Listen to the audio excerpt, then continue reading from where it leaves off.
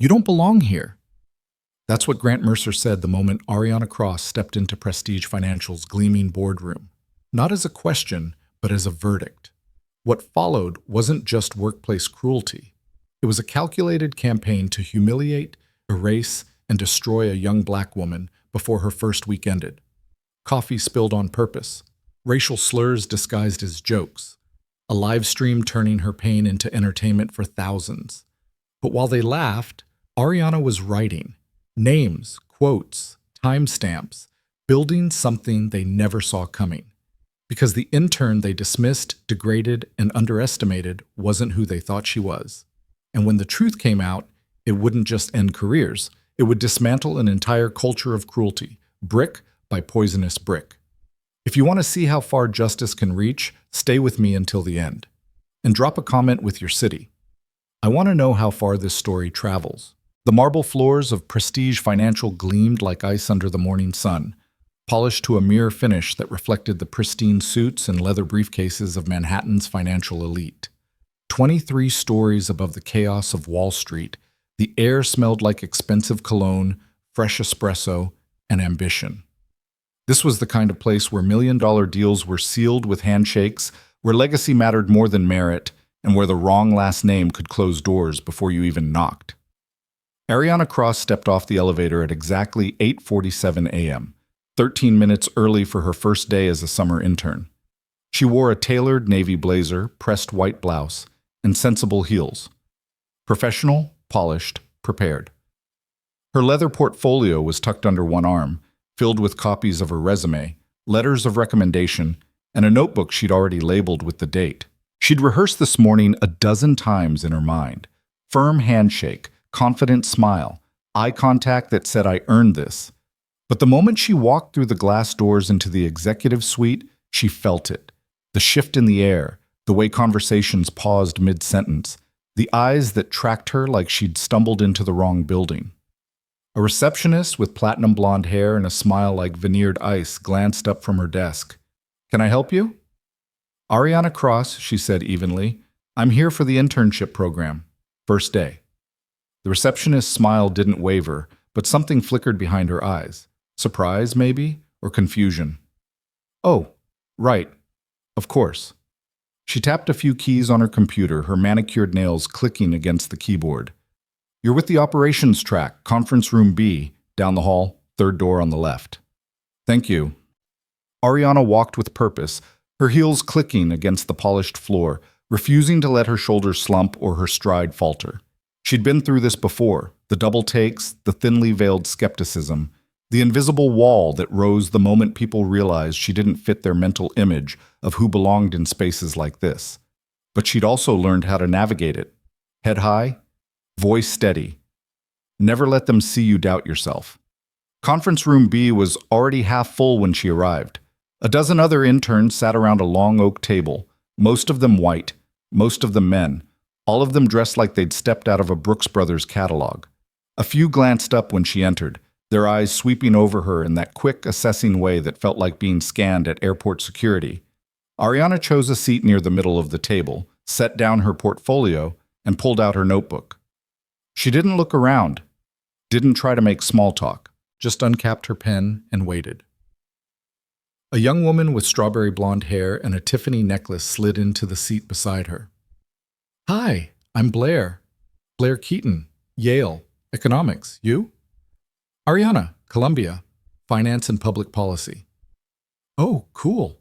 Blair's smile was bright and empty, like a billboard. "This your first internship?" "No, third." "Wow, overachiever." Blair laughed, but there was an edge to it, something sharp beneath the cheerfulness. "Well, good luck. I hear they only keep like 2 people from each cohort, so may the best intern win, right?" Before Ariana could respond, the door swung open, and a man in his mid-40s strode in like he owned not just the room, but the entire building. Grant Mercer, Senior Manager, Equity Operations. Ariana recognized him from the company website. Square jaw, salt and pepper hair styled with too much gel, a navy suit that probably cost more than her entire wardrobe. He carried himself with the kind of confidence that came from never being told no. "Good morning," Grant said, his voice filling the room with the easy authority of someone who expected to be obeyed. He didn't smile, didn't introduce himself, just crossed his arms and surveyed the table like a general inspecting troops. His gaze moved from face to face, pausing briefly on each intern, cataloging them with the efficiency of someone who'd already decided who mattered and who didn't. When his eyes landed on Ariana, they stopped. For 3 long seconds, he stared at her.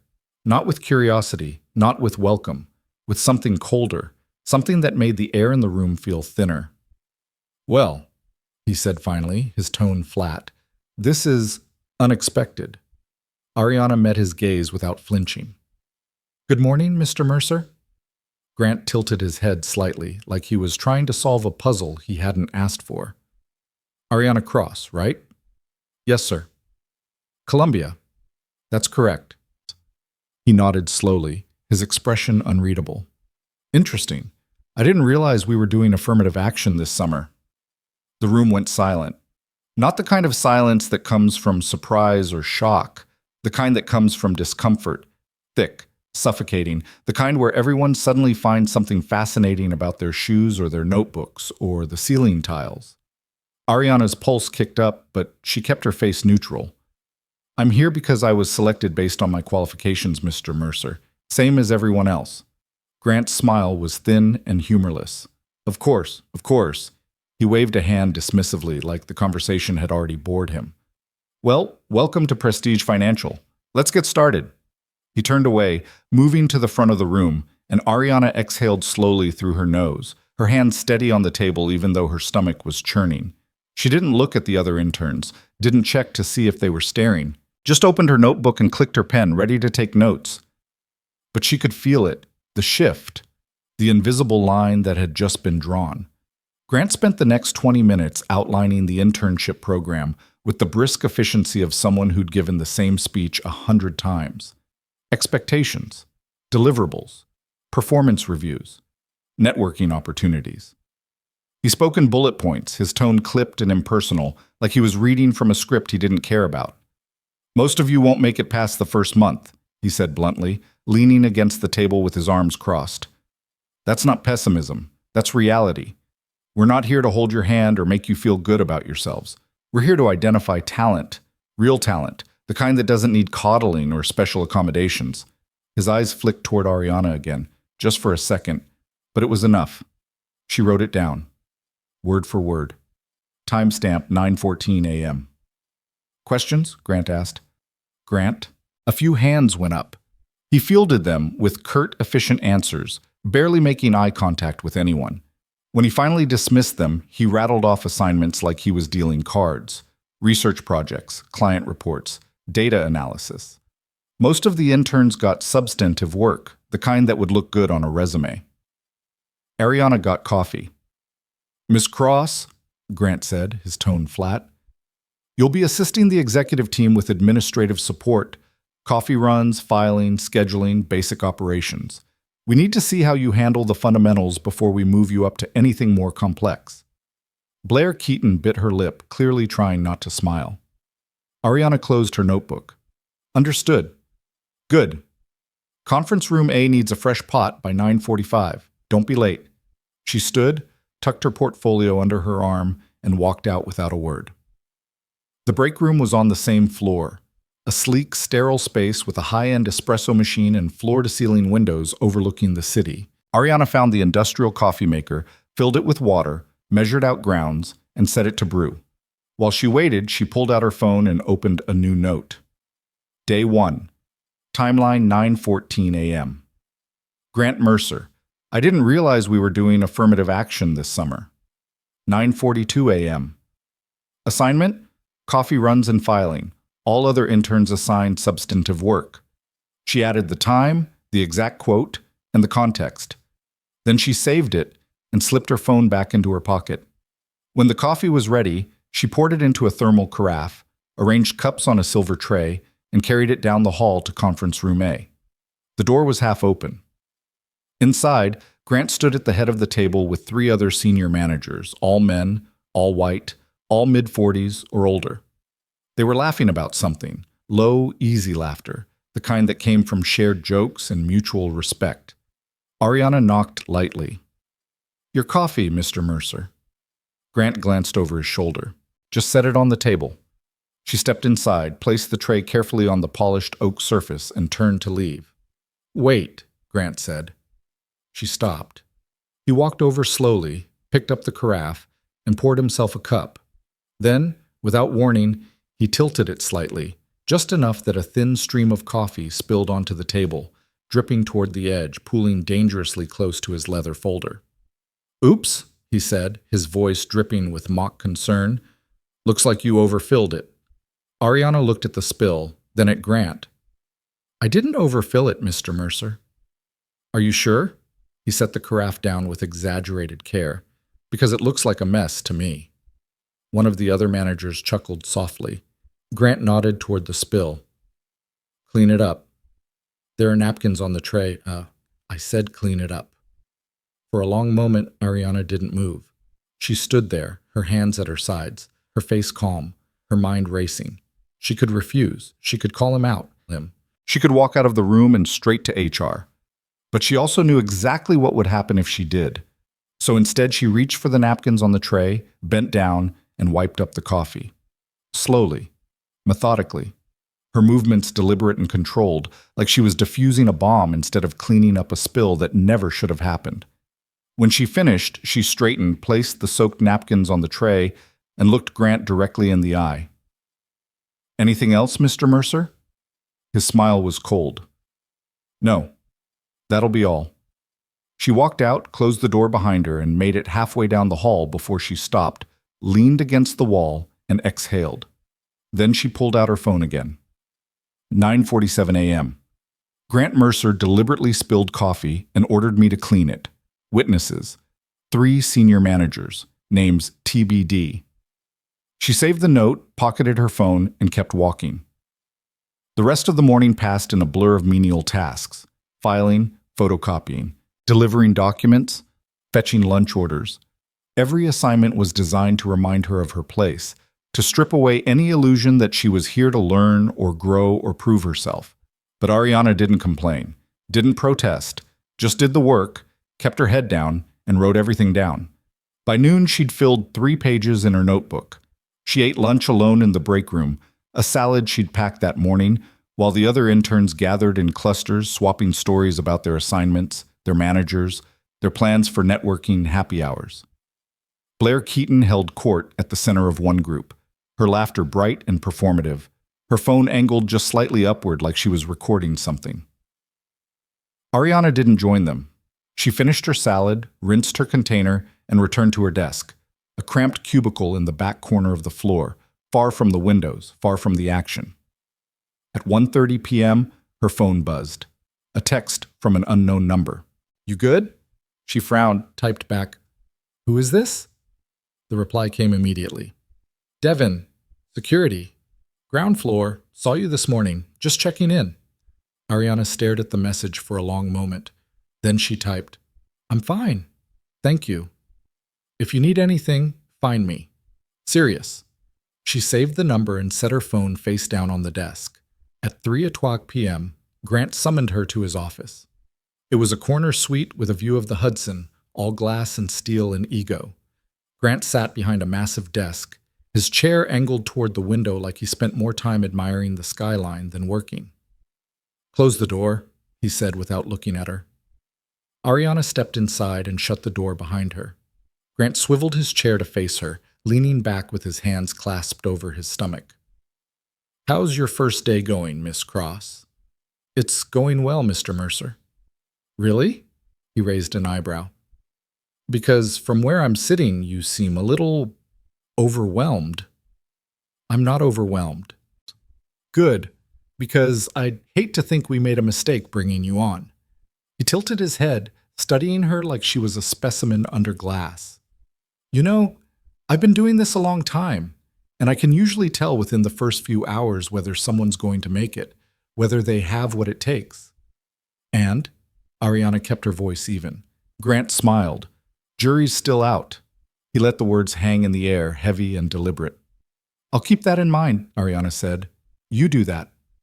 Grant turned back toward the window, dismissing her without another word. Ariana left the office, walked back to her cubicle, and added another entry to her notes.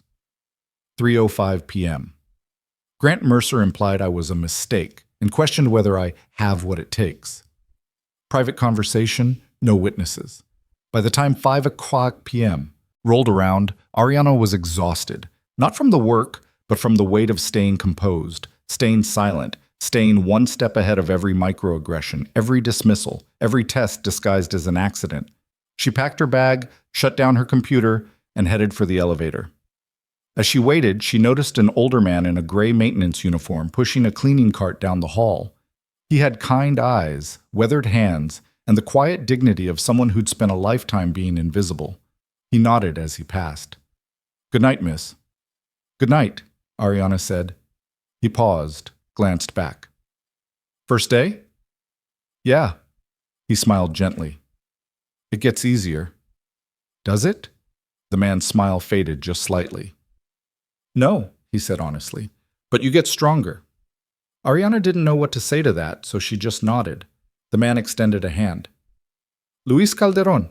Everybody calls me Mr. C." She shook it. "Ariana Cross." "Welcome, Miss Cross. You need anything, coffee, directions, a friendly face? You find me, okay?" "Okay." He tipped his head and continued down the hall, his cartwheels squeaking softly on the polished floor.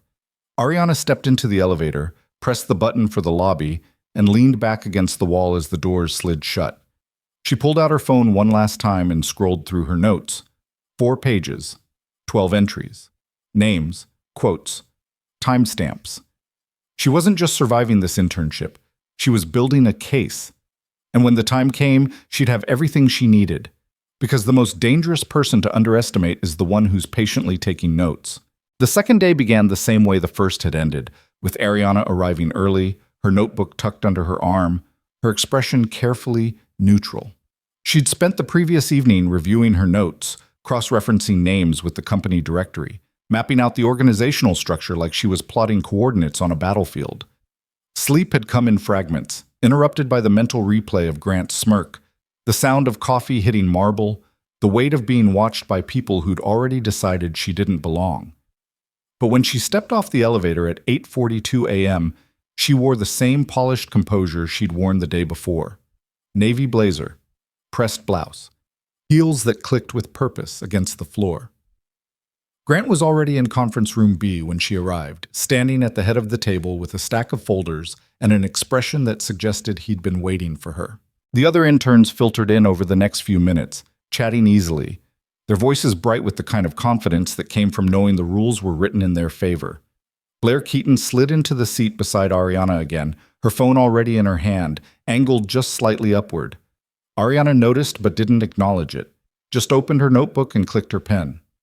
"Morning, everyone," Grant said, his tone brisk. "Today we're diving into client portfolios. You'll each be assigned a mock account and asked to prepare a quarterly performance review.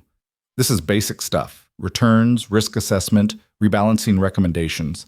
If you can't handle this, you won't make it past week 1.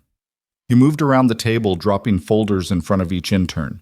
When he reached Ariana, he paused, holding her folder just out of reach. "Miss Cross," he said, his voice loud enough to carry. "Before I give you this, I need to make sure you understand what you're looking at. Do you know what EBITDA stands for?" Ariana looked up at him. Earnings before interest, taxes, depreciation, and amortization. And ROI? Return on investment. Impressive. Grant's smile didn't reach his eyes. Let's see if you can actually apply those definitions. He dropped the folder onto the table in front of her. You've got until end of day. The folder was thicker than anyone else's. Ariana opened it and immediately understood why. While the other interns had been given straightforward portfolios with clean data and standard metrics, hers was a mess. Fragmented spreadsheets, inconsistent formatting, missing variables, and footnotes that contradicted the summary page. It wasn't a test. It was a setup. She didn't react, just pulled out her laptop, opened the first spreadsheet, and started working. The morning passed in tense silence. Ariana could feel eyes on her, Grant's periodic glances, Blair's phone angled in her direction, the the quiet whispers from across the table. She ignored all of it, her fingers moving across the keyboard with steady precision, reorganizing data, cross-checking figures, building a coherent analysis from the chaos she'd been handed. At 11:30 a.m., Grant stood. "Everyone take lunch. Be back by 12:45. The other interns filed out, their voices rising the moment they hit the hallway. Ariana stayed behind, her eyes on the screen, her notes spreading across the table in careful rows. "Not hungry, Miss Cross?" Grant asked from the doorway. "I'll eat at my desk." "Suit yourself." He lingered for a moment, watching her, then walked away. Ariana exhaled slowly and kept working. By 12:30, she'd rebuilt the entire portfolio from scratch. The data now made sense. Returns calculated correctly, risk metrics aligned, rebalancing recommendations grounded in actual performance rather than guesswork. She saved the file, backed it up, and finally allowed herself to lean back in her chair. Her phone buzzed. A text from Devin, the security guard. "You still on the 23rd floor?" "Yeah, why?" "Just making sure you're good. Saw some chatter this morning, people talking." Ariana frowned. "What kind of chatter?" "The kind that means they're watching you. Be careful." She stared at the message for a long moment, then typed back, "Thanks." When the other interns returned from lunch, Blair was the first to sit down, her phone still in her hand, her smile too bright. "How's it going, Ariana? Making progress?" "Yeah, you?" "Oh, totally. Mine was super straightforward. I think I'll be done in like an hour." She glanced at Ariana's stack of papers, her eyes widening with exaggerated sympathy. "Wow, that looks complicated. Do you need help?" "I'm fine." "Are you sure? Because I don't want you to feel like you're drowning on day 2. That would be awful." Ariana met her gaze evenly. "I'm not drowning." "Okay." Blair's smile widened. "Just checking." She turned back to her own work, but Ariana noticed the angle of her phone hadn't changed. Still recording, still performing. Ariana added it to her mental ledger and kept working. At 4 p.m., Grant returned to collect the assignments. He moved around the table, flipping through folders with brisk efficiency, nodding at some, frowning at others. When he reached Ariana, he paused, picking up her folder like it might contain a live grenade. He opened it, scanned the first page, flipped to the second. His expression didn't change, but something flickered behind his eyes. Surprise, maybe, or irritation. "You finished this?" he asked. "Yes, sir." "All of it?" "All of it." Grant flipped through the rest of the report, his jaw tightening with each page. Finally, he closed the folder and set it down. "We'll review these tomorrow. Dismissed." The other interns gathered their things and left, chatting easily as they headed for the elevator. Ariana packed her bag slowly, waiting until the room was empty before she stood. Grant was still there, standing by the window, his arms crossed. "Miss Cross," he said without turning around. She stopped. "Yes, Mr. Mercer?" "That portfolio I gave you, it was incomplete on purpose, missing data, inconsistent formatting, the kind of mess that would take most people days to sort out." "I noticed. And yet you finished it in one afternoon." He turned to face her, his expression unreadable. "That's either very impressive or very suspicious." "I'm not sure what you mean." "I mean," Grant said slowly, "that I've been doing this a long time, and I've seen a lot of interns try to cut corners, fabricate numbers, guess their way through analysis.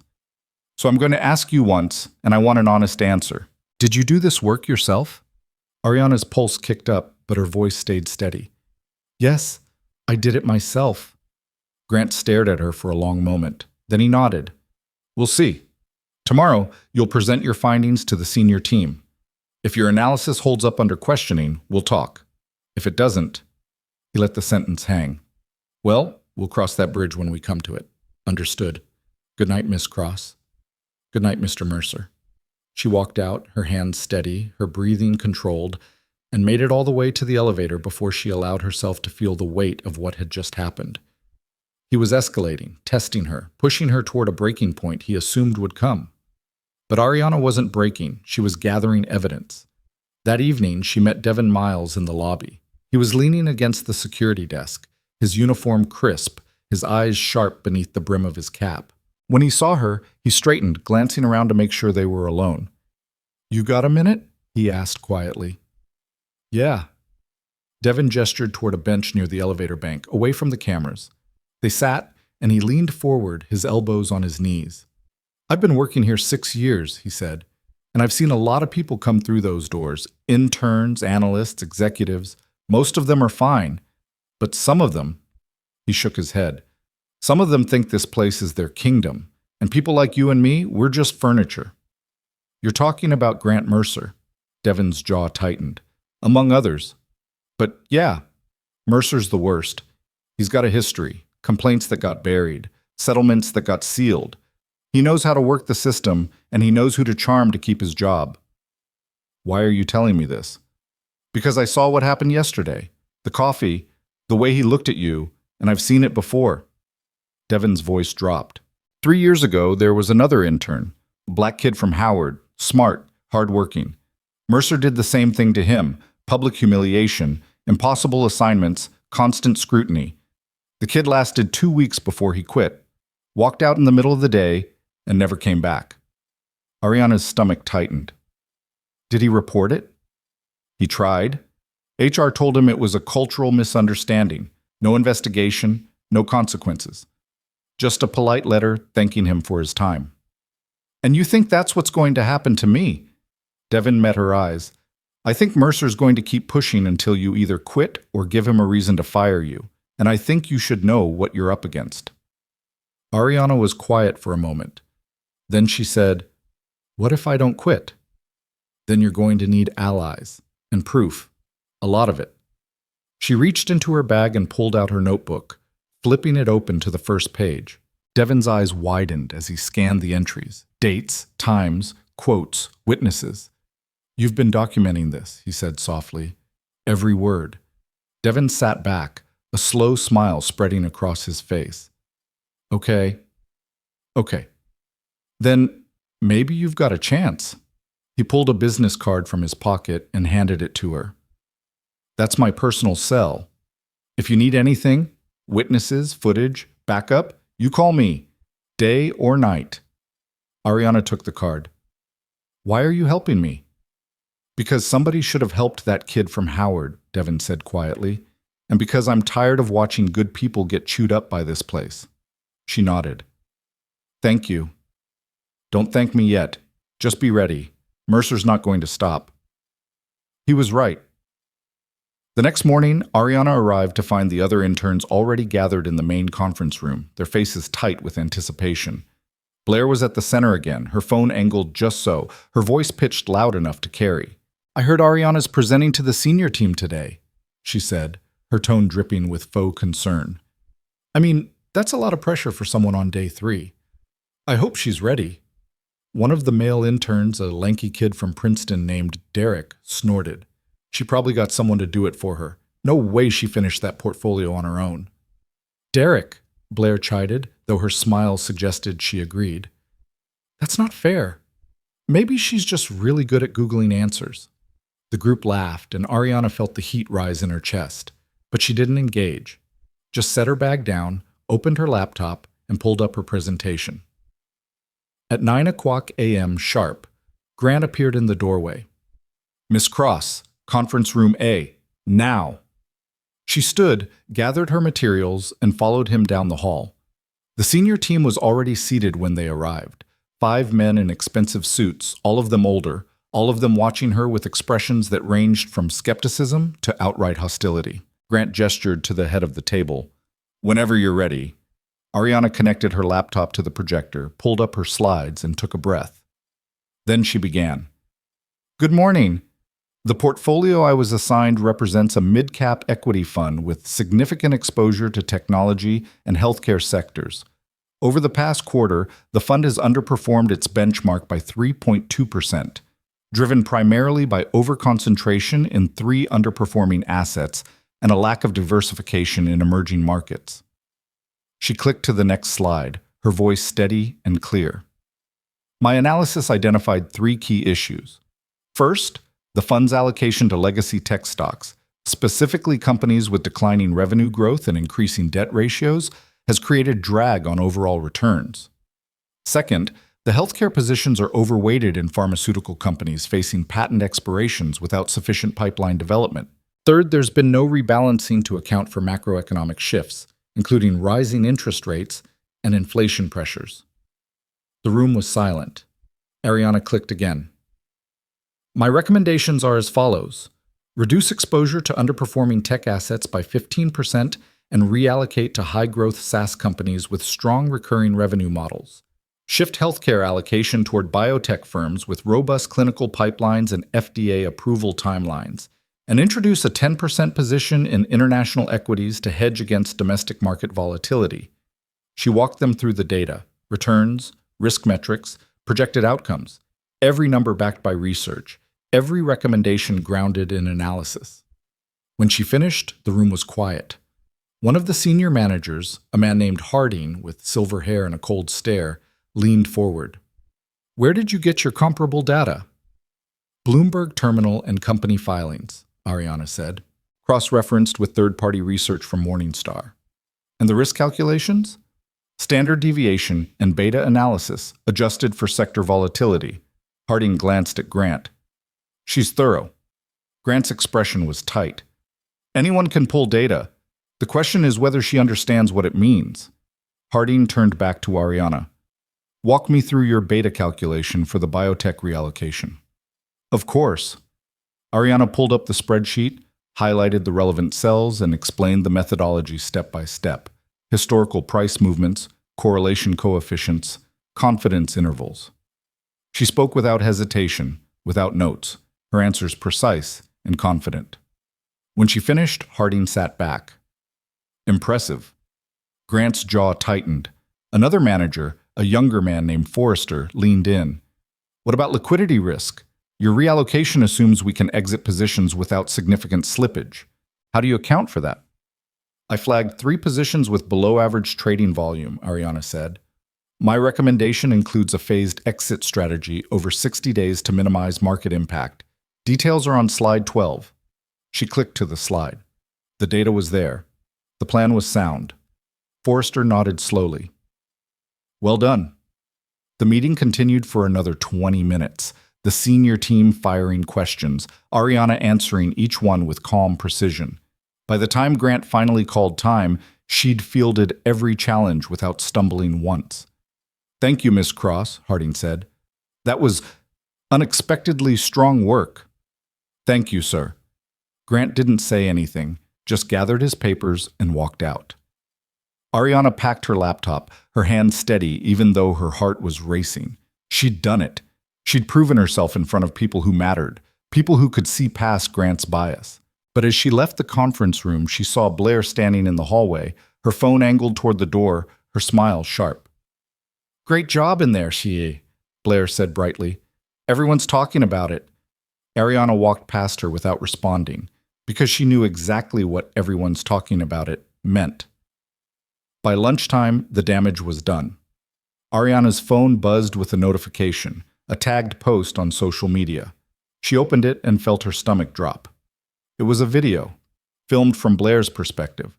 The caption read, When the diversity hire tries to flex, but you know she Googled everything, Intern Chronicles, #fake it till you make it.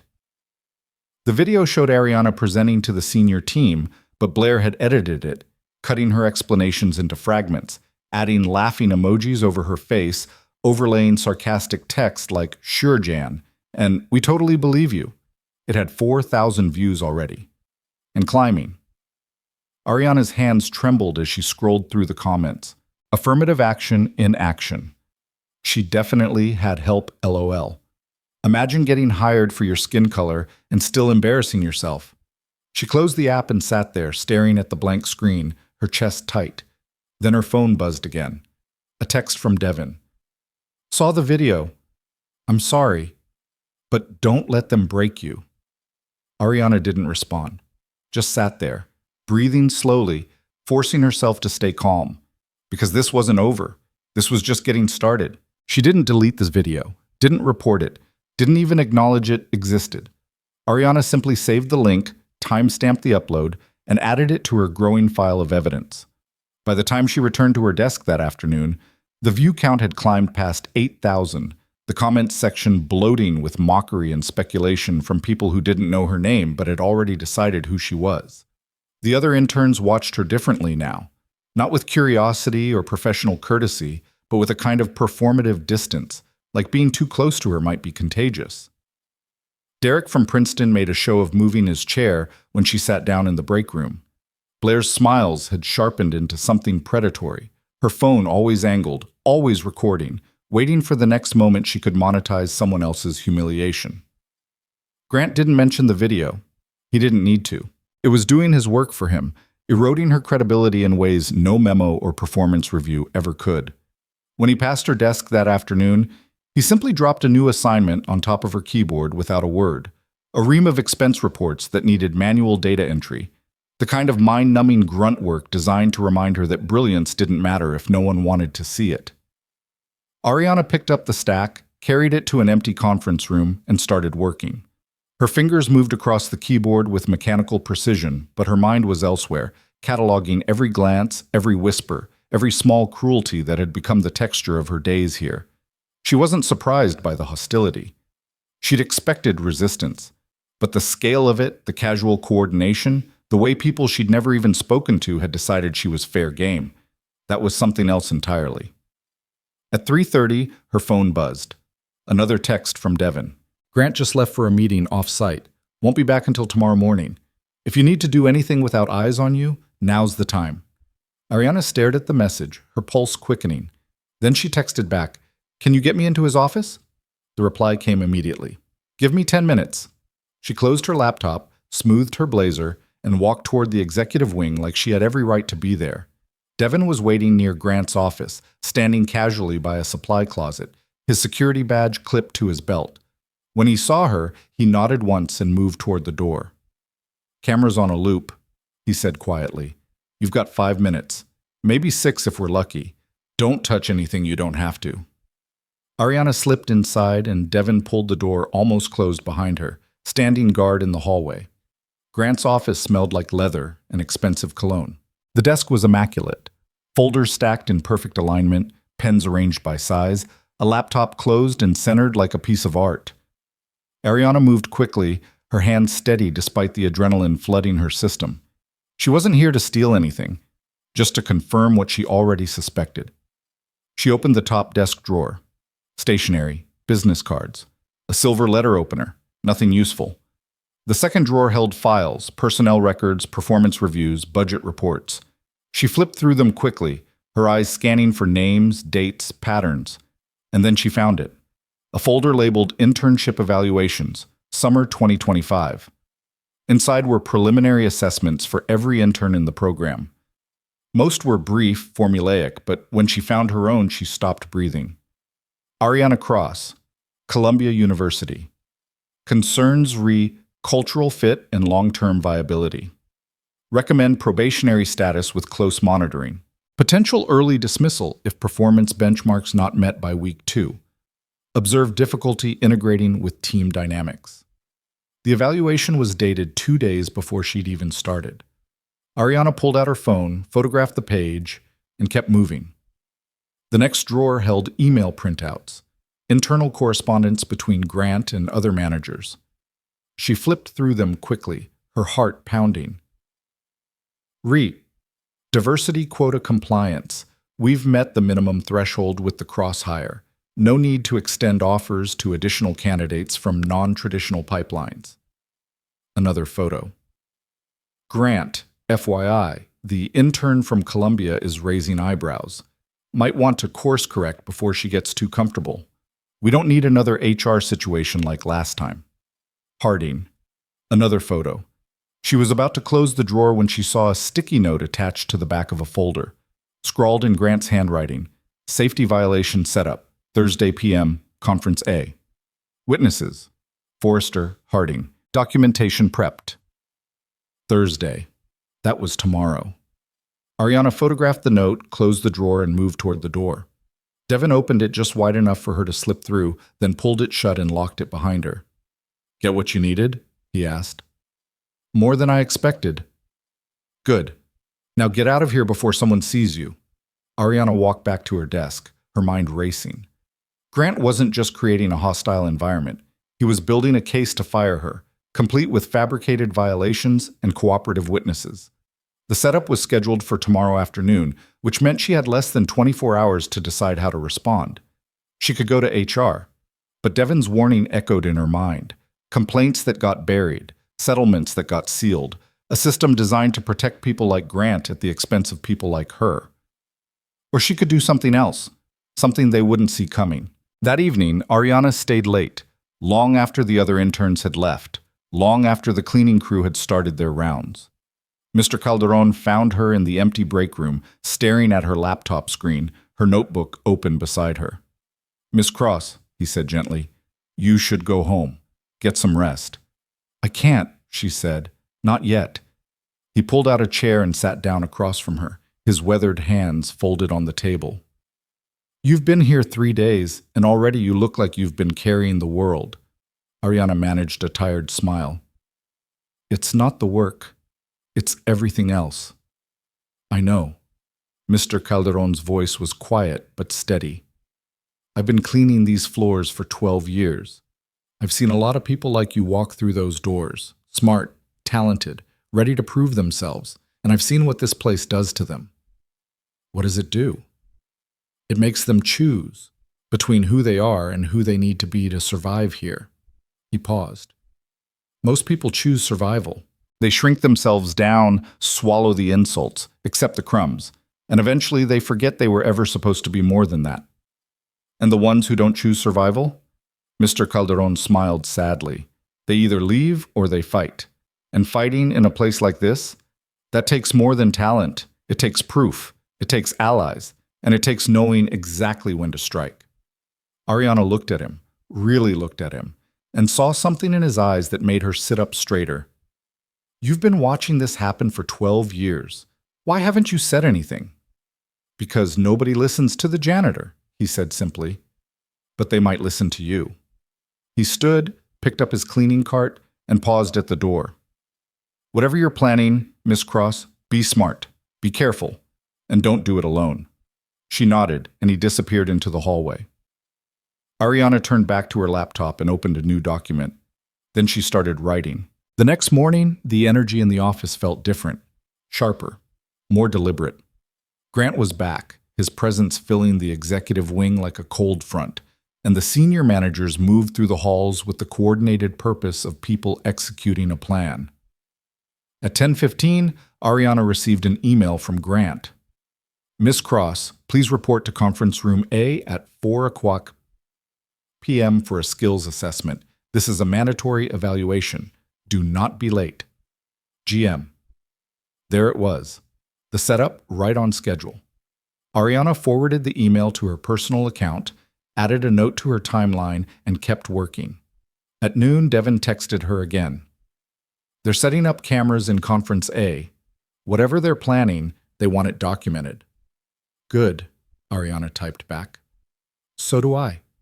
She spent the afternoon preparing, not for the skills assessment. She knew exactly what that would be, but for what came after. At 3:45, she walked into Conference Room A. Grant was already there, along with Forrester and Harding. A camera tripod stood in the corner, the red recording light already blinking. A stack of financial documents sat on the table, along with a laptop, a calculator, and a printed evaluation form. "Miss Cross," Grant said, his tone formal. "Thank you for joining us. This is a standard competency assessment. We'll be evaluating your ability to perform real-time financial analysis under time constraints. You'll have 30 minutes to complete the following tasks." He gestured to the documents.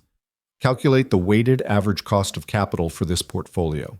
Identify at-risk assets and provide rebalancing recommendations. Any questions?" "No, sir." "Good. Your time starts now." Ariana sat down, pulled the documents toward her, and began. The tasks were complex but not impossible, exactly the kind of work a competent intern should be able to handle with focus and preparation. But she noticed immediately that the data was wrong.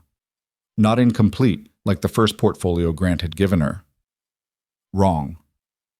Interest rates that didn't match market conditions, debt ratios that contradicted publicly available filings, revenue projections that defied basic logic.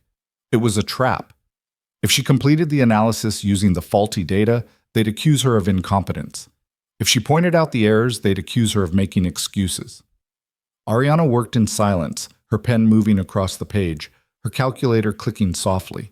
She didn't look up, didn't acknowledge the three men watching her, just focused on the numbers, her mind working through the problem with cold precision. 15 minutes in, Grant spoke. "How's it going, Miss Cross?" "Fine, sir." "Any challenges?"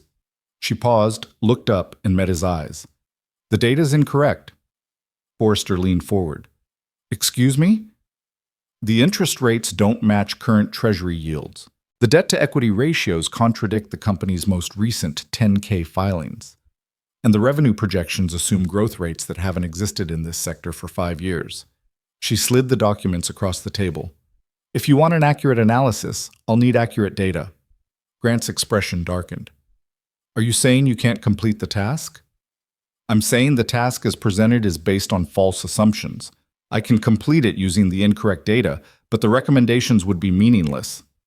Harding's jaw tightened. "This is a test of your ability to work with the information you're given, Miss Cross. In the real world, data isn't always perfect." "In the real world," Ariana said evenly, "using knowingly false data to make financial recommendations is fraud." The room went silent. Grant stood slowly, his hands flat on the table. "That's a serious accusation. It's a serious problem. You're refusing to complete the assessment. I'm refusing to endorse analysis built on false premises." Grant's smile was cold. "Then I'm afraid we have a performance issue." He gestured to the camera. "Let the record show that on day 4 of her internship, Miss Cross refused a direct assignment and made unfounded allegations about data integrity." Forrester nodded. "Noted." Harding added, "Consistent with concerns about cultural fit." Grant turned back to Ariana. "You're dismissed, Miss Cross. We'll be in touch regarding next steps." Ariana stood, gathered her things, and walked toward the door. Then she stopped, turned back, and said, "Before you finalize that recording, you should know that I've been documenting everything since day 1. Every task, every comment, every setup, and I have witnesses." Grant's expression shifted, just slightly, but enough.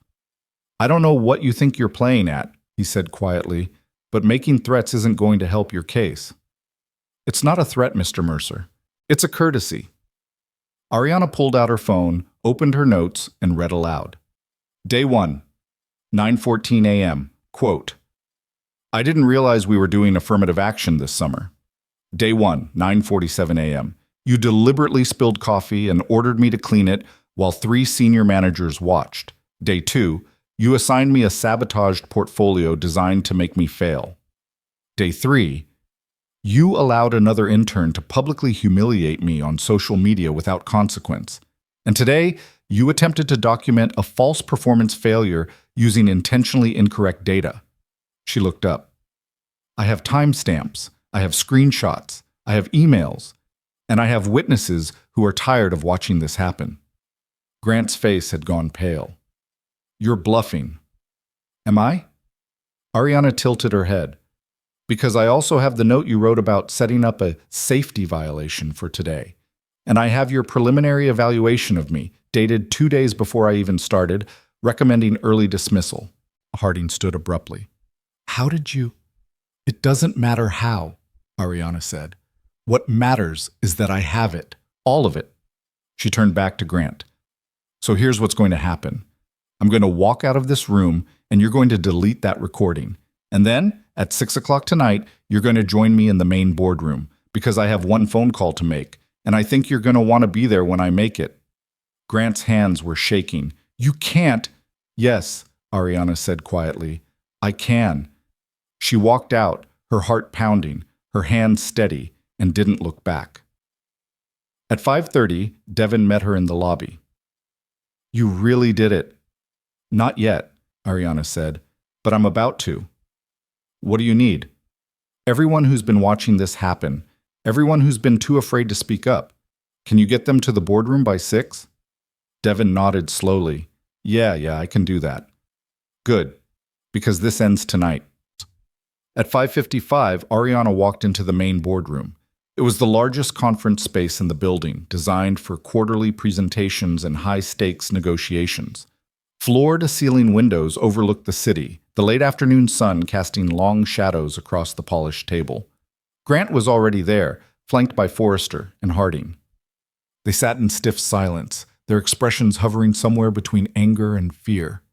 Devin arrived next, followed by Mr. Calderon, 2 other security guards, and 3 administrative assistants who'd worked on the same floor for years. Then came 2 analysts from the equity division, a junior accountant, and finally one of the mail clerks, a young woman who looked terrified but determined. They filled the chairs around the table, their faces tense, their eyes on Ariana. She stood at the head of the table, her laptop open, her notebook beside her. "Thank you for coming," she said. "I know this is irregular, but what's been happening in this office is worse than irregular. It's illegal, and it needs to stop." Grant leaned back in his chair, his arms crossed. "You're making a serious mistake, Miss Cross." "No, Mr. Mercer, you made the mistake. I'm just correcting it." She opened her laptop, connected it to the projector, and pulled up the first piece of evidence. An email from Grant to Harding, dated 3 weeks before the internship began. "We need to hit diversity numbers, but let's not compromise quality. 1 token hire should satisfy compliance." The room went silent. Ariana clicked to the next slide, the preliminary evaluation, flagging her as a risk before she'd even arrived. Then the video Blair had posted, now with 20,000 views. Then the screenshots of internal messages mocking her presentation, calling it affirmative action theater. Then the photograph of Grant's handwritten note about the setup. With each piece of evidence, the air in the room grew heavier. The assistants stared at the screen with wide eyes. The analyst shifted uncomfortably. Mr. Calderon sat with his hands folded, his expression sad but unsurprised. Grant's face had gone from pale to red. "This is a violation of privacy." "No," Ariana said. "This is documentation of discrimination. And now everyone in this room knows exactly what's been happening." She turned to the others. "Some of you have watched this for years. Some of you stayed silent because you thought it wasn't your fight. But it is.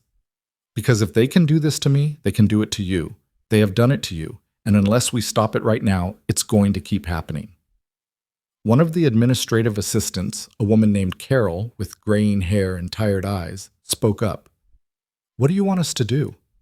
Ariana smiled. "I want you to tell the truth. On the record. Starting tonight."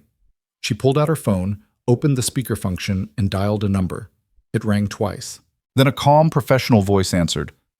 "Office of the General Counsel, this is Margaret Holloway." Ariana's smile widened. "Ms. Holloway, my name is Ariana Cross.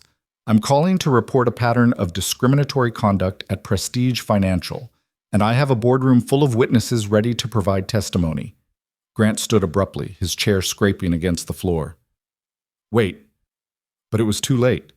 Because Ariana Cross wasn't an intern, she was a board member, and the reckoning had just begun. The silence that followed Ariana's words was absolute. Not the shocked silence of surprise, but the suffocating silence of a truth so sudden and complete that it left no room for anything else. Grant stood frozen, his hand still hovering near the back of his chair, his face cycling through expressions like a man watching his entire world collapse in real time. Confusion, disbelief, rage, and finally, the cold dawn of understanding. Margaret Holloway's voice came through the speakerphone, calm and precise. "Ms. Cross, I'm going to need you to clarify your position. Are you reporting this as an employee of Prestige Financial or as a representative of Summit Holdings?" "Summit Holdings," Ariana said clearly. "I'm a member of the board of directors and the designated compliance auditor for this quarter's cultural assessment. My assignment was to evaluate workplace practices, managerial conduct, and adherence to federal anti-discrimination statutes. What I've documented over the past 4 days constitutes systemic violations of Title VII, hostile work environment standards, and deliberate circumvention of company diversity policies." Grant sank back into his chair like someone had cut his strings. Harding's face had gone ashen. Forrester stared at the table, his jaw working soundlessly. "I see," Margaret said. "And you have documentation?"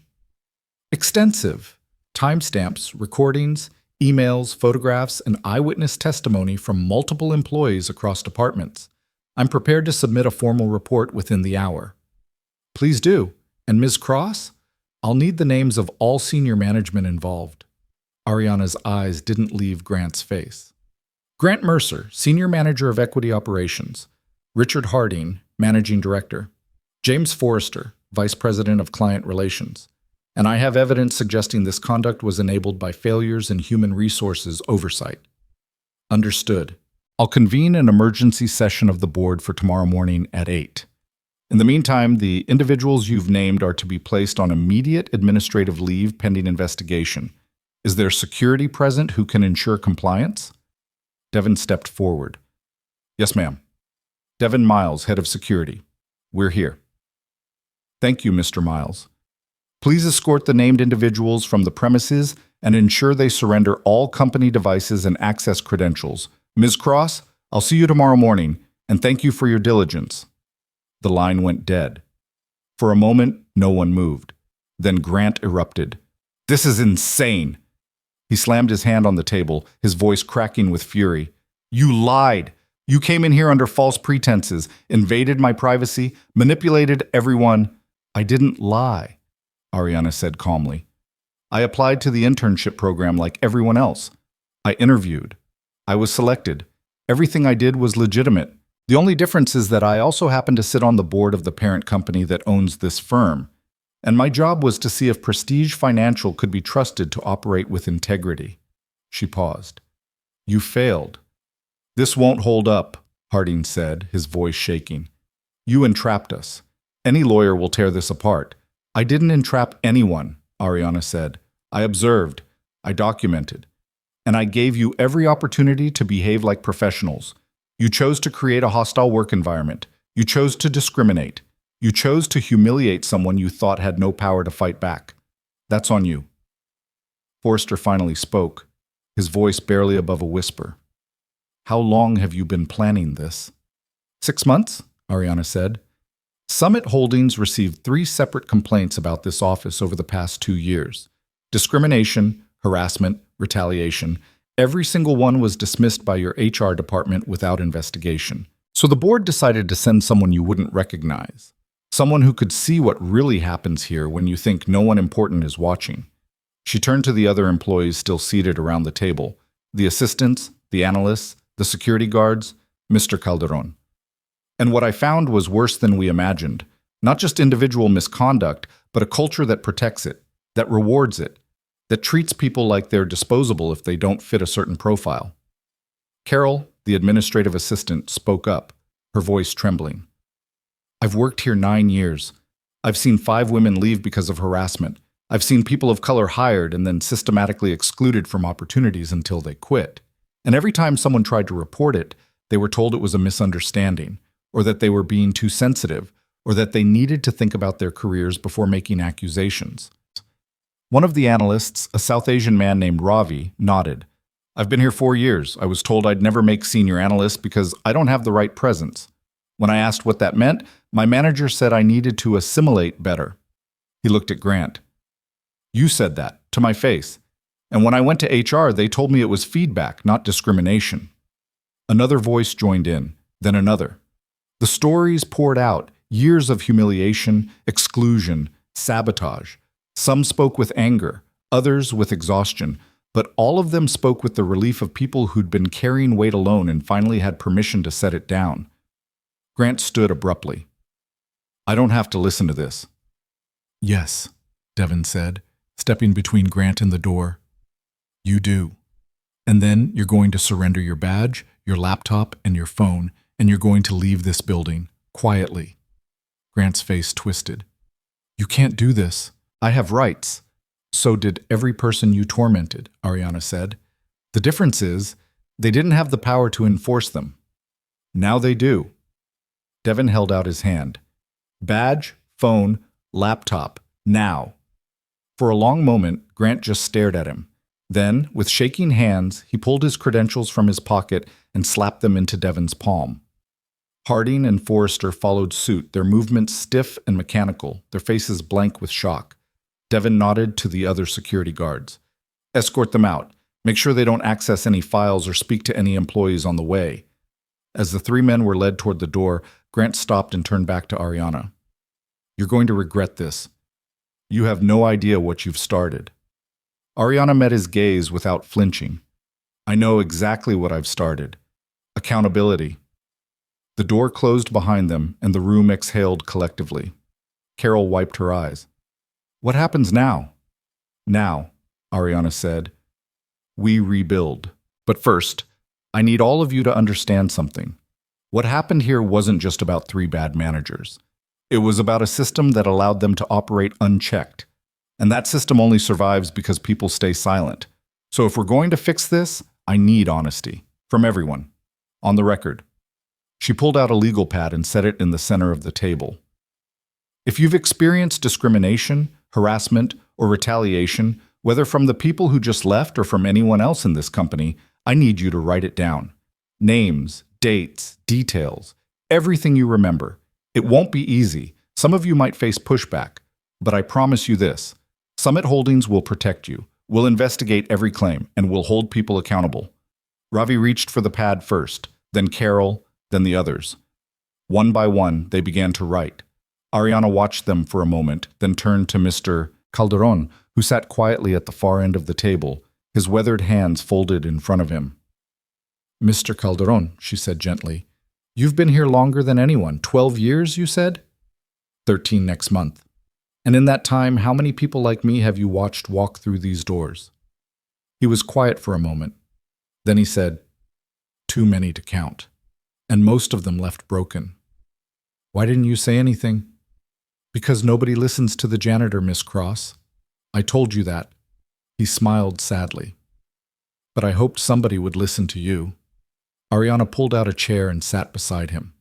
I need your help. You see things no one else sees. You hear conversations people think don't matter because you're invisible to them. If I'm going to make sure this never happens again, I need to know everything. Will you tell me?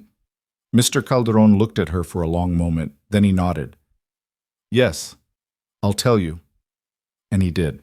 For the next hour, he walked her through 13 years of patterns. Managers who targeted women, executives who made racist jokes in elevators, HR representatives who shredded complaints. He named names. He provided details.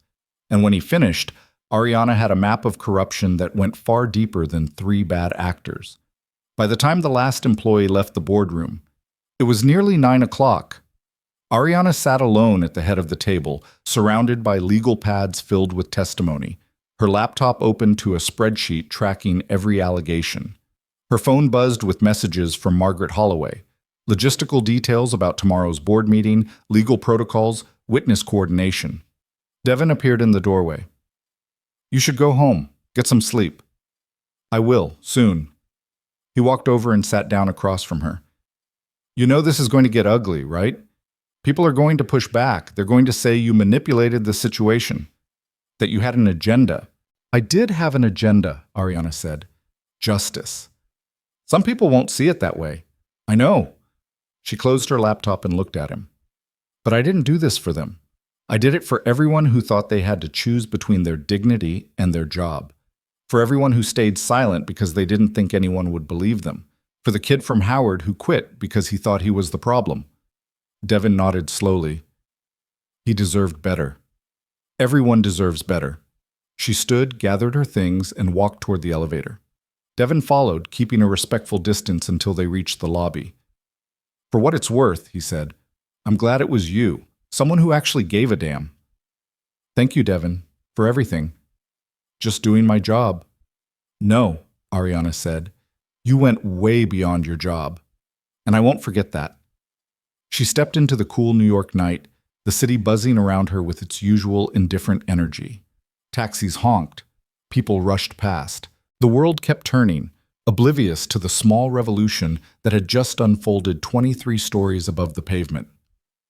Ariana walked 3 blocks before she allowed herself to feel it, the weight of what she'd done, the enormity of what came next, the fear that she'd been holding at bay for 4 days.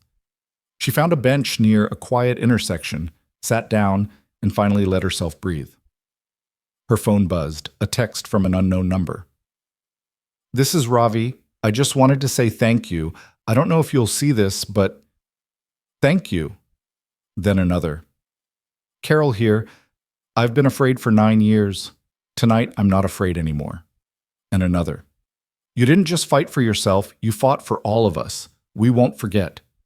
Ariana read them all, her throat tight, her eyes burning.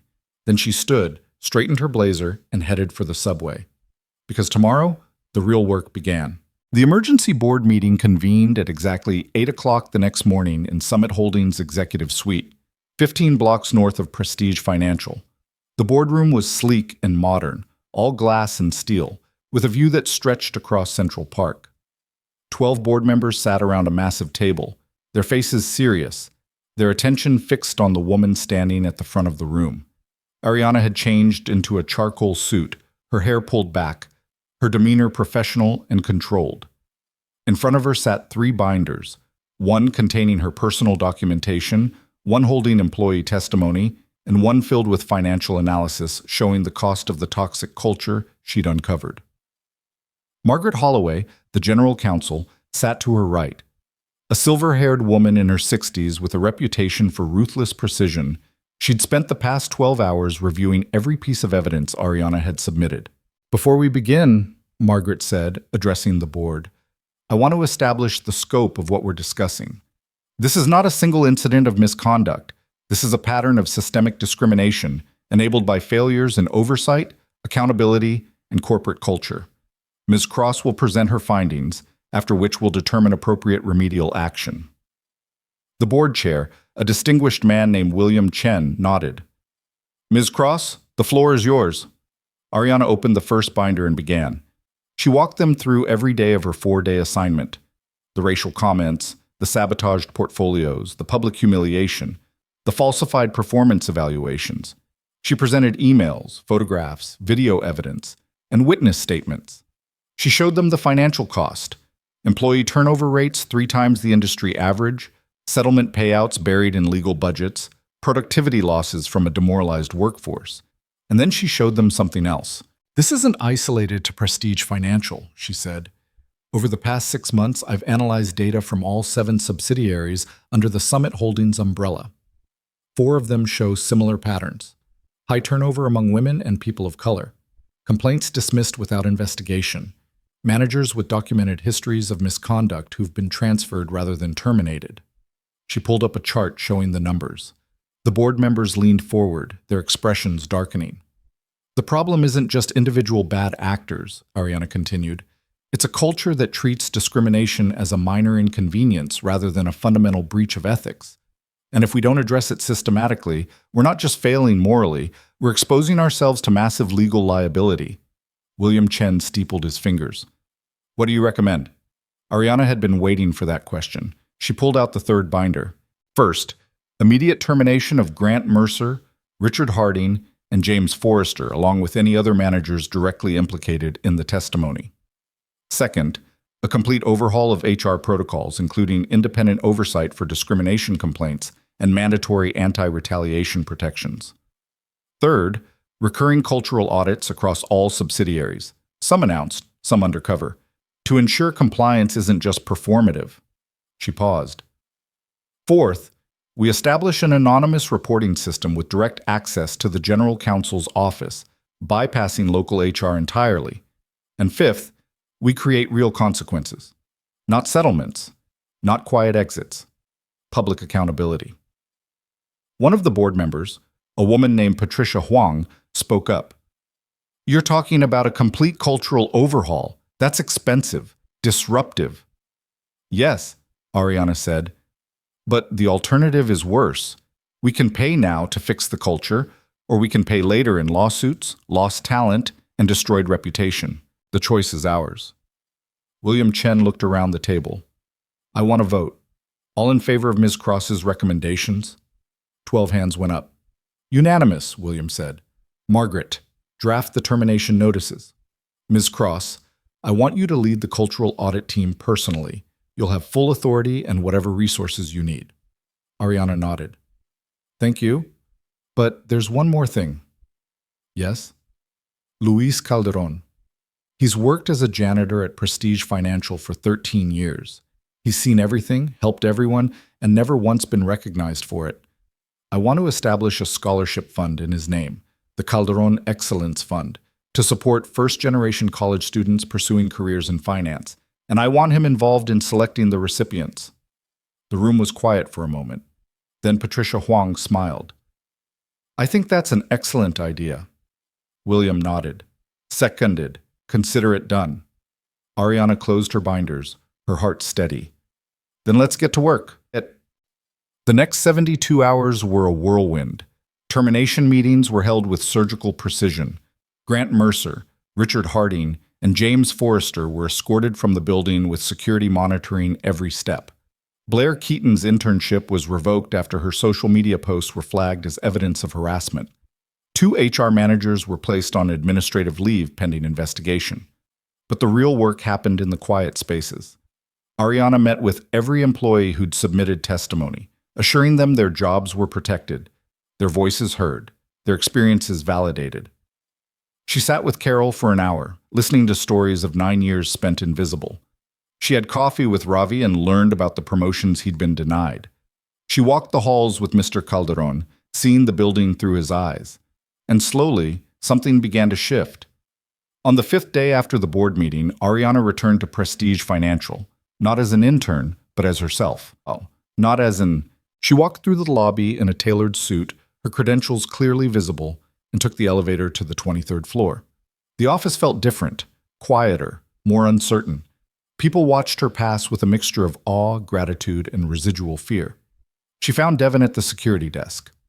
Walk with me?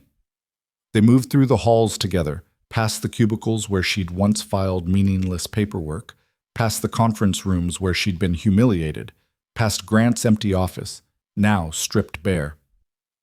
You did it, Devin said quietly. You actually did it. We did it, Ariana corrected. None of this happens without you, without Mr. Calderon, without everyone who decided to speak up.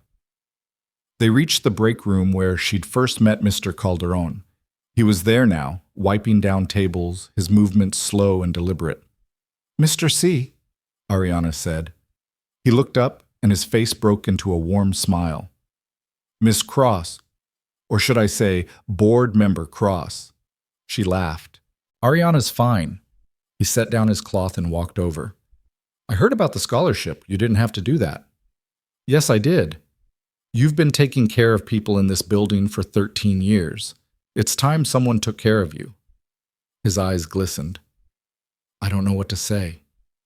Say you'll help me pick the first recipients. Say you'll keep watching. Keep speaking up.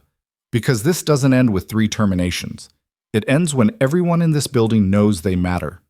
Mr. Calderon nodded. I'll do that. Ariana spent the rest of the day meeting with department heads, outlining new protocols, answering questions. Some people were defensive. Others were relieved. A few were angry that their comfortable world had been disrupted. But by the time she left that evening, something had changed. People met her eyes in the hallway. They said goodnight. They asked questions instead of making assumptions. It wasn't perfect. It would never be perfect. But it was a start. 3 months later, Ariana stood in the same boardroom where she'd made her first presentation as an intern, but everything about the moment felt different. The table was full, not just with senior managers, but with employees from every level of Prestige Financial. Administrative assistants sat beside equity analysts. Security personnel shared space with department heads. Mr. Calderon occupied a seat of honor near the center, his maintenance uniform replaced by a neat button-down shirt and slacks. His weathered hands folded on the table with quiet dignity. The transformation hadn't been easy.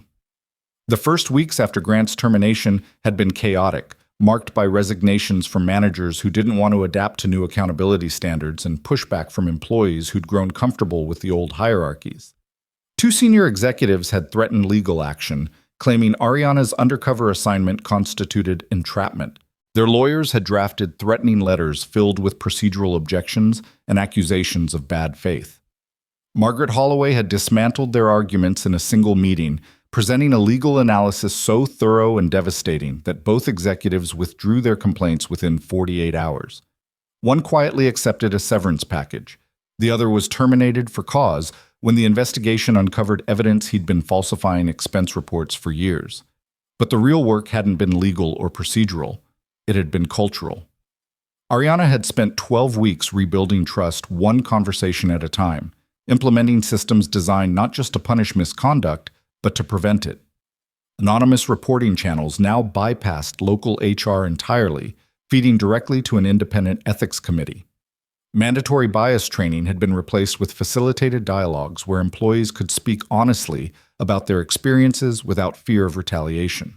Performance evaluations were audited quarterly for patterns of discrimination, with managers required to justify any disparities in ratings or promotions. The changes had been met with resistance from some quarters. A group of mid-level managers had complained that the new protocols were too burdensome, that they couldn't manage effectively if every decision was subject to scrutiny. Ariana had listened to their concerns, then presented data showing that diverse teams outperformed homogeneous ones by every metric that mattered: creativity, problem-solving, client satisfaction, revenue growth. The question isn't whether you can manage under these standards, she'd told them. It's whether you should be managing at all if you can't. 3 of them had resigned. The rest had adapted. Now, as she looked around the room at faces that had become familiar over the past months, Ariana felt something she hadn't allowed herself to feel during those first brutal days: hope. Not the naive kind that assumed good intentions would solve everything, but the hard-earned kind that came from watching people choose differently when given the chance. "Thank you all for being here," she began, her voice carrying easily across the room. 3 months ago, this company was at a crossroads. We could either acknowledge the systemic failures that had allowed discrimination to flourish, or we could continue pretending the problem was isolated to a few bad actors. We chose accountability, and I want to update you on where we stand. She pulled up a presentation on the screen behind her. The first slide showed employee retention rates. Before the reforms, Prestige Financial had a 43% annual turnover rate among women and people of color. That's more than triple the industry standard. In the 3 months since we implemented new policies, that number has dropped to 18%. Still higher than we'd like, but trending in the right direction. Ravi, the analyst who'd spoken up during that first crucial meeting, raised his hand. What about hiring? Are we actually bringing in diverse candidates, or just retaining the ones we already had? Good question, Ariana said. She clicked to the next slide. Our latest hiring class is 45% women, 32% people of color, and includes candidates from 15 different universities, not just the Ivy League pipeline that used to dominate recruitment. More importantly, we've eliminated the culture fit criterion that was being used to screen out qualified candidates who didn't match a narrow demographic profile. Carol, the administrative assistant who'd worked at the firm for 9 years, spoke next. What about promotions? Because retention doesn't matter if people are stuck in the same positions forever. Ariana smiled. I was hoping you'd ask that. She clicked again. In the past quarter, we've promoted 12 employees who'd been passed over repeatedly under the old system. 6 of them are women, 4 are people of color, and 1 of them is sitting in this room. She nodded toward Carol, whose eyes went wide. Carol Richardson, you've been an administrative assistant for 9 years, despite having a master's degree in business administration and consistently excellent performance reviews. Your managers told you that you weren't ready for advancement, but they never explained what that meant or what you needed to do differently. That ends today. Effective immediately, you're being promoted to operations coordinator with a 20% salary increase and direct reports of your own. The room erupted in applause. Carol's hands flew to her mouth, tears streaming down her face. The woman beside her, another assistant named Jennifer, grabbed her in a fierce hug. When the applause died down, Carol wiped her eyes and said, I don't know what to say. Say you'll keep speaking up, Ariana replied. Say you'll mentor the people coming after you. Say you'll hold us accountable if we start slipping back into old patterns. I will, Carol said, her voice shaking. I promise I will. Ariana moved through the rest of the presentation. New leadership training programs, expanded mental health resources, a client advisory board that included voices typically excluded from financial services. Each initiative had been designed with input from employees at every level, turning the reform process into something collaborative rather than top-down. But the most significant change wasn't captured in any slide or metric. It was visible in the way people interacted. The ease with which a junior analyst could challenge a senior manager's assumption, the willingness of executives to admit when they didn't have all the answers, the absence of the performance and pretense that had once defined every conversation. When the presentation ended, William Chen stood. The board chair had flown in from San Francisco specifically for this meeting, a signal of how seriously Summit Holdings was taking the transformation. "Ms. Cross," he said, "on behalf of the board, I want to thank you for your extraordinary work these past months. What you've accomplished here will serve as a model for our other subsidiaries. But I also want to acknowledge that this success came at significant personal cost. You spent 4 days being subjected to treatment that no one should have to endure. And while we're grateful for the evidence you gathered, we also recognize that the burden shouldn't have fallen on you alone." Ariana nodded slowly. "Thank you for saying that. Because you're right. It shouldn't have been necessary. The system should have caught this long before it required an undercover investigation. The complaints that were filed years ago should have been taken seriously. The people who tried to speak up should have been protected instead of silenced." She paused, gathering her thoughts. What happened to me during those 4 days was painful, infuriating, dehumanizing. But I also had something most targets of discrimination don't have: the knowledge that it would end, that I had power waiting in reserve, that I could walk away whenever I chose.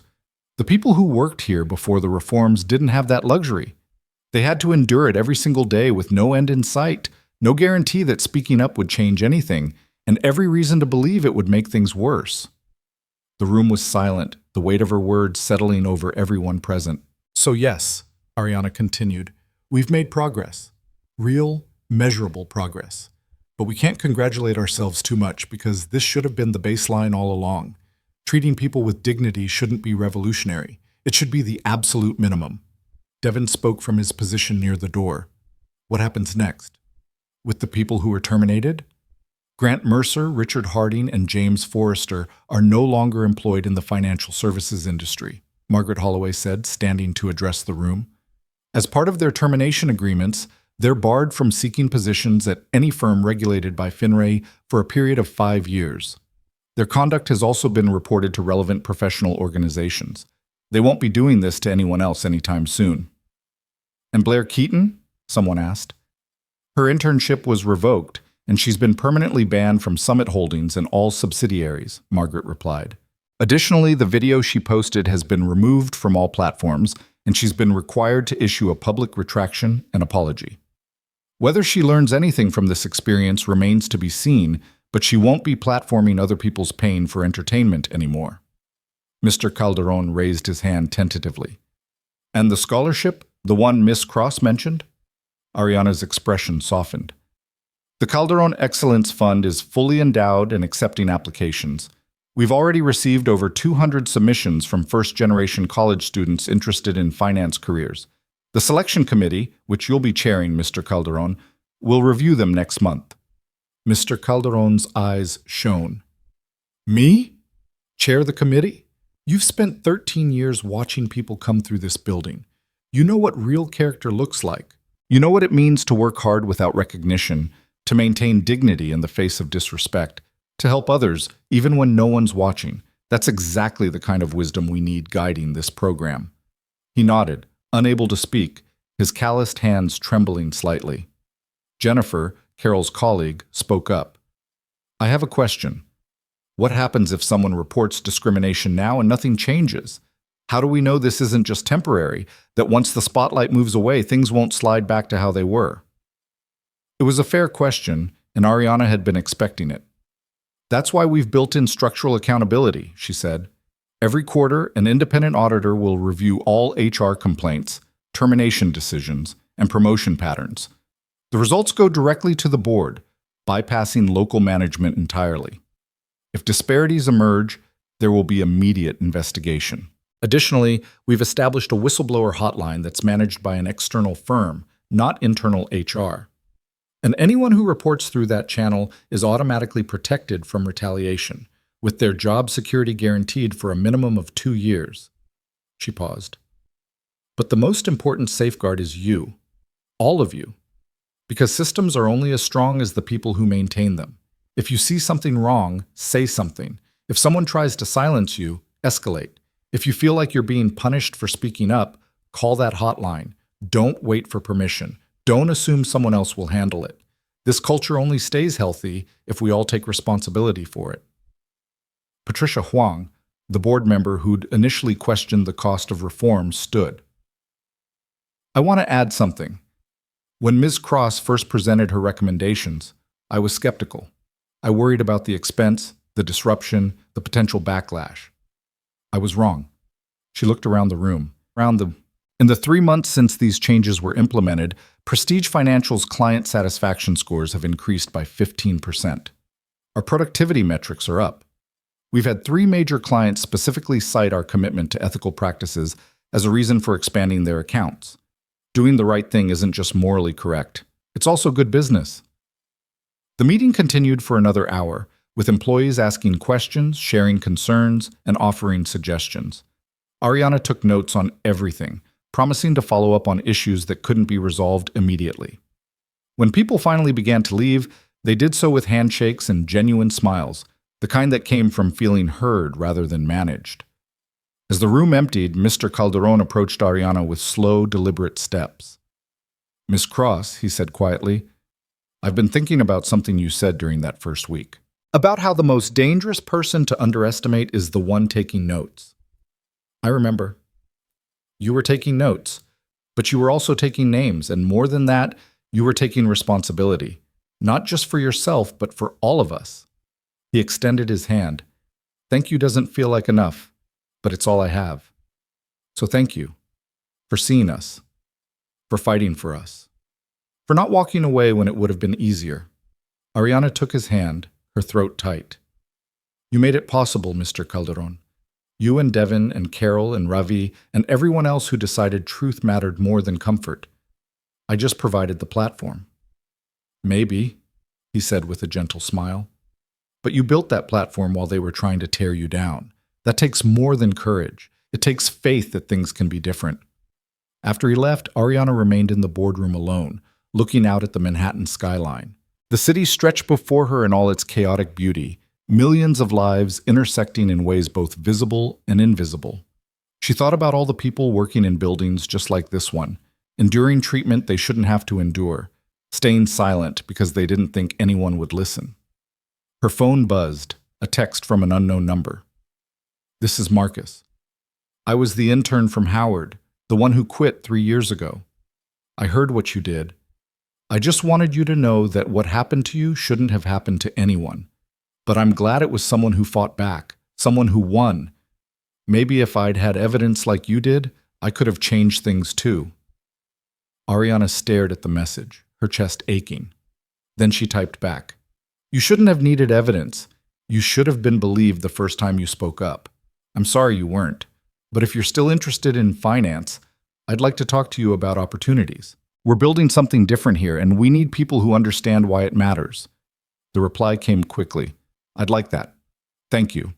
She saved his number and made a note to follow up the next morning. 6 months after the reforms began, Prestige Financial was unrecognizable. The changes weren't just cosmetic or procedural, they were fundamental. New leadership had been installed, promoted from within based on merit and values rather than tenure and networking. The workforce had diversified significantly, with recruitment efforts expanding beyond traditional pipelines to include state schools, community colleges, and non-traditional candidates with relevant experience but unconventional backgrounds. The anonymous reporting system had logged 43 complaints in the first 6 months, every single one of which had been investigated thoroughly. 17 had resulted in disciplinary action ranging from mandatory training to termination.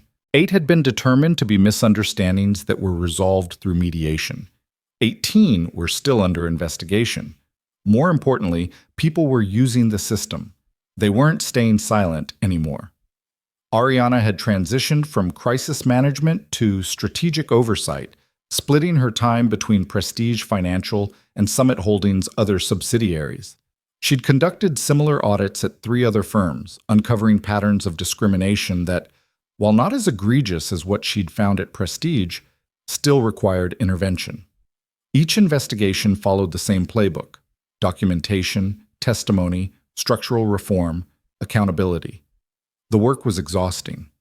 Some days she felt like she was trying to hold back an ocean with her bare hands, confronting systems so entrenched that changing them felt impossible. But then she'd receive a message from someone like Marcus, or she'd walk through prestige financials halls and see Carol confidently leading a team meeting, or she'd watch Mr. Calderon interviewing scholarship candidates with the gravity of someone who understood exactly what opportunity meant. Those moments reminded her why it mattered. On a crisp October morning, Ariana returned to Prestige Financial for the official launch of the Calderon Excellence Fund. The event was held in the main conference center, with over 100 people in attendance: employees, board members, scholarship applicants, and representatives from universities across the country. Mr. Calderon stood at the podium, looking both dignified and slightly overwhelmed in a new suit that Ariana had insisted on buying him. He spoke quietly, but clearly about his 13 years watching young people navigate a world that didn't always value them, about the importance of seeing potential in unexpected places, about the responsibility that came with opportunity. "I've cleaned these floors for a long time," he said, "long enough to see a lot of smart people walk through those doors. Some of them got chances, some of them didn't, and the difference wasn't always about who worked harder or who was smarter. Sometimes it was just about who fit a certain picture of what success was supposed to look like." He paused, his gaze sweeping the room. "This scholarship isn't about charity. It's about recognizing that talent shows up in all kinds of people, from all kinds of backgrounds. And if we're only looking in the same places we've always looked, we're missing most of what's out there." The audience applauded, and Mr. Calderon stepped aside to introduce the first scholarship recipients, 5 exceptional students from backgrounds that would have excluded them from consideration under the old system. A daughter of immigrants who'd worked full-time while attending community college.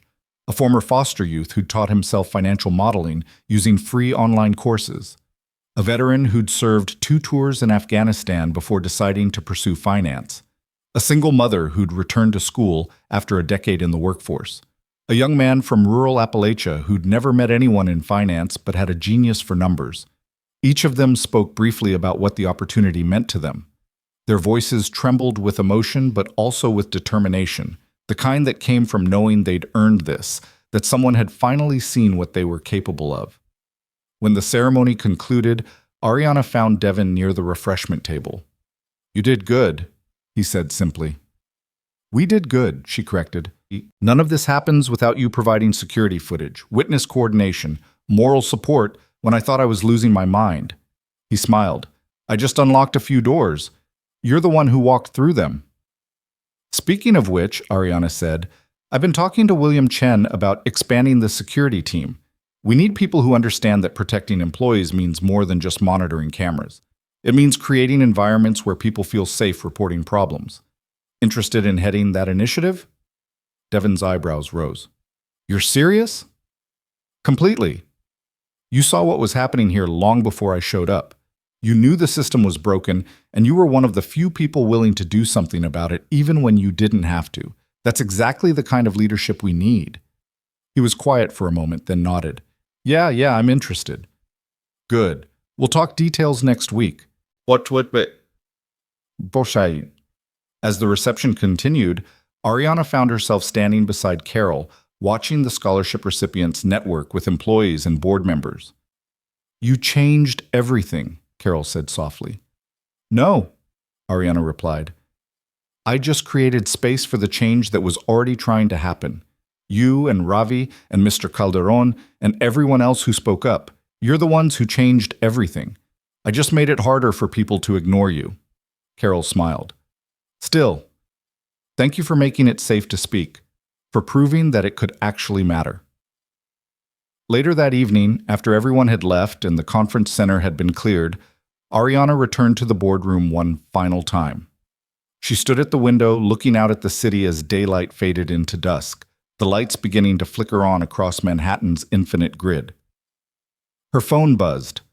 A text from Margaret Holloway. "Board wants to expand your audit program to all Summit subsidiaries. Full authority, full resources. Are you in?" Ariana stared at the message, feeling the weight of what it meant. more investigations, more resistance, more days spent documenting cruelty and fighting systems designed to protect the powerful, but also more people like Carol getting promoted, more scholarship recipients getting chances they deserved, more workplaces where talent mattered more than conformity. She typed back, "I'm in." Because this was never just about one office or one company or even one industry. It was about the principle that dignity wasn't negotiable, that accountability wasn't optional, that silence in the face of injustice was itself a choice with consequences. Ariana had spent 4 days being dismissed, humiliated, and underestimated. But she'd also spent those days proving that the person taking notes in the back of the room might be the most dangerous person there, not because of what they could destroy, but because of what they could build in its place. She gathered her things, turned off the lights, and walked toward the elevator. As the doors closed, she caught her reflection in the polished steel, a young woman in a tailored suit, her expression calm, her eyes clear. She looked like someone who belonged here, because she did. They all did. And anyone who tried to make them feel otherwise would find out exactly what happened when you underestimated someone who was patiently building a case. The most powerful weapon against injustice wasn't rage or revenge. It was evidence. It was courage. It was the quiet, relentless determination to make things right. And Ariana Cross had plenty of all three.